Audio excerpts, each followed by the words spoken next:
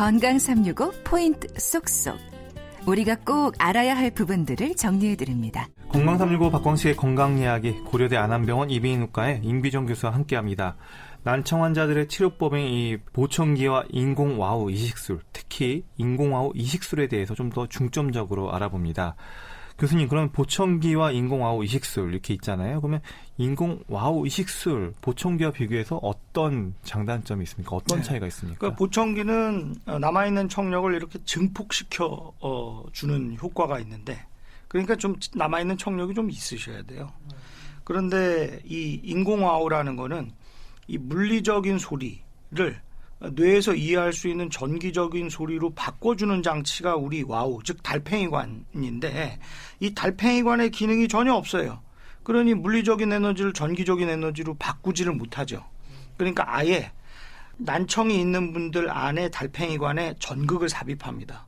그래서 그걸로 이제 청신경을 전기 자극을 해주는 거예요.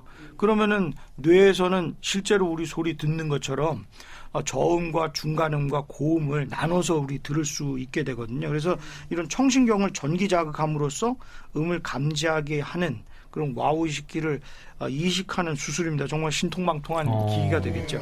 그러면 이 인공와우 이식술, 그래도 수술일 텐데 양쪽 다 보통 수술을 진행하는지, 그러니까 난청이 한쪽으로만 진행되는 건지 아니면 보통 양쪽으로 진행되기 때문에 그 나이대에서는 다 같이 인공와우 이식술을 같이 받는 건지 궁금한데요. 예, 뭐 한쪽으로 난청이 진행될 수도 있고 양쪽으로 난청이 진행될 수가 있는데, 보청기는 이제 한쪽에 난청이 오셔도 하죠.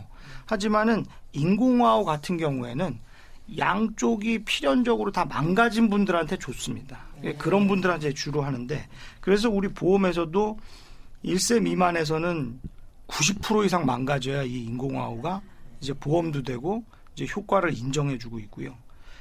그리고 이제 1세에서 한 19세 미만 같은 경우는 한 70% 이상만 망가져도 이제 인공와우를 지원을 해줍니다. 단지 이제 최소한 3개월 이상은 보청기로 충분히 한번 해보고, 그래도 보청기의 효과가 전혀 없을 때 그때 이제 인공와우 이식술을 하도록 권고하고 있습니다. 그러면 인공와우 이식술의 어떤 기대 효과랄까요? 치료 목적도 궁금한데요. 네, 그 인공와우를 하게 되면은 전혀 못 듣는 분들이 이제 다시 들을 수가 있게 되죠.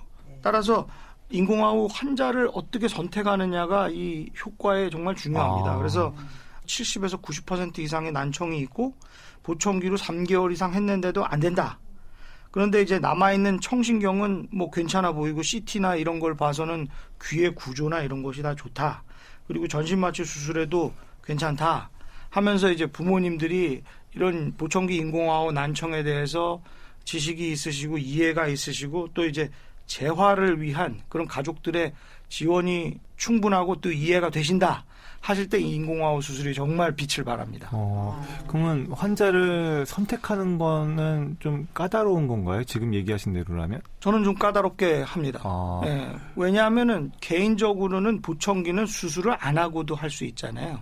그러니 보청기를 먼저 좀 시도를 해보시면은 좋을 것 같고요. 인공와우는 확실히 수술적인 치료이기 때문에 그래도 좀 안 되는 분들한테 권고하는 게 맞다고 생각합니다. 인공와우 이식술이 필요한 사람이 만약에 이걸 안 하고 그냥 보청기를 계속 사용하면 어떨까요? 뭐 괜찮다고 생각해요. 다만 이 정말 청력이 심각하게 망가져서 양측귀를 거의 듣지 못하는 분들은 보청기로 아무리 증폭을 하셔도 뭐 보청기에 효과가 전혀 없거든요. 왕왕 울리기만 하고 뭐 이런 약간의 자연음만 들을 수 있을 뿐 전혀 말소리 분별이 안 되시기 때문에 이런 분들은 뭐 인공와우를 사용을 하실 수밖에 없습니다. 80세에 심각한 난청 환자들이 많이 증가한다고 했는데 사실 이분들이 인공와우 이식술을 갖다가 받으려고 하면 보호자분들이 그 고령 때문에 나이 때문에 좀 망설일 것 같은데 연령대하고 이 수술하고는 뭐 어떤 상관성이 있나요? 좀 상관성은 있으실 거예요. 왜냐하면은 연령대가 많아지시면 물론 이제 하시는 건 좋은데 첫째로는 이 청신경 자체가 좀 퇴화합니다. 그러니까 자극할 수 있는 청신경이 좀 줄어들고, 그다음 두 번째로는 이제 그 연세가 드신 분들이 이 재활 치료가 조금 어려우세요. 그러니까 좀 이 인공와우를 하신 다음에 매핑, 즉 조절 검사를 좀 한다든지 아니면 이제 자꾸 언어 치료나 평가 이런 걸 받는다든지 또 병원 왔다 갔다 하시기가 좀 어려운 점이 있고 세 번째로는 장치 다루는데 조금 어려움이 있을 수가 있으세요. 그래서 뭐 물론 저도 7, 80대 가지고 청력이 전혀 안 좋고 보청기도 효과가 없다. 그럼 저도 당연히 인공호흡 받을 겁니다. 하지만은 좀 연세가 드실수록 이제 그런 점들을 좀 고려하셔야 된다는 건 좀 말씀드리고 싶네요. 그럼 연령대가 조금 더 이른 시기에 하는 게 좀 더 좋겠네요. 예, 만약에 그런 판단이 오시면 너무 망설이고 늦게 하시지 말고 빨리 적응하시는 게 좀 훨씬 좋다고 생각합니다. 네. 또 인공호흡 이식술에 이런 장점도 있지만 또 이식술의 부작용이나 합병증 위험도 좀 알고는 있어야 될 것 같아요. 수술 후 관리가 중요하다는 얘기도 들었는데요. 네네. 사실은 뭐 부작용은 수술 중 그리고 이제 마취에 대한 부작용 그리고 수술 후로 나눌 수는 있거든요. 뭐 수술 중에 부작용이야 달팽이관을 뭐 어떻게 뚫고 또 안면신경을 조심하고 중이염을 조심하고 하니까 뭐 그런 거는 의사 선생님들의 뭐 자세한 이야기가 되겠고요. 마취도 뭐 요즘에는 뭐 안전하지 않습니까? 이제 수술 후에 부작용들이 좀 있는데 수술 후에 좀 염증이나 감염이 생길 수가 있어요. 이게 아무래도 인공적인 이식기잖아요. 그러니까 좀 감염이나 되거나 이물 반응이 생길 수가 있죠.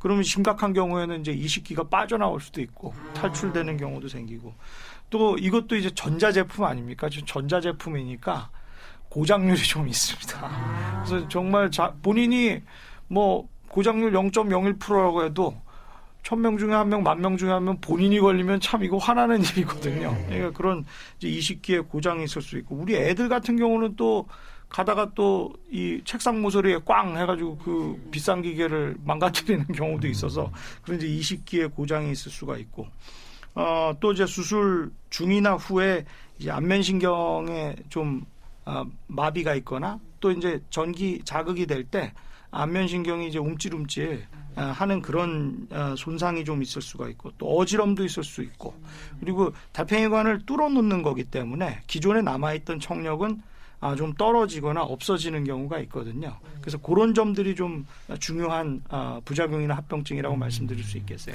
그래도 이제 정리가 좀 필요할 것 같아요. 이런 부작용만 들으면 이거는 쉽게 이식술 못 받을 것 같다는 생각을 하실 수 있는 부분도 있어서 이 부분만 바로 지금 들으시는 분들은요. 예. 인공호흡 이식술에 대해서 한번 정리 한번 해주시죠. 예, 인공호흡 이식술은 안전합니다. 사실은 이런 그 부작용은 수술 때는 설명드리긴 하지만은 거의 발생하지가 않아서 뭐 이런 부작용들 때문에 뭐 부담스러워하실 필요는 없고요. 수술도 뭐 이틀이나 한 일주일 내에 퇴원하시고 뭐 기존의 뭐 만성 중이염 이 염증성 수술보다도 더 빨리 퇴원하시고 후유증이 적은 편이에요. 그래도 우리가 정확한 어떤 정보를 제공하기 위해서 이런 부분들 다 알려주셨다 네, 생각을 맞습니다. 합니다.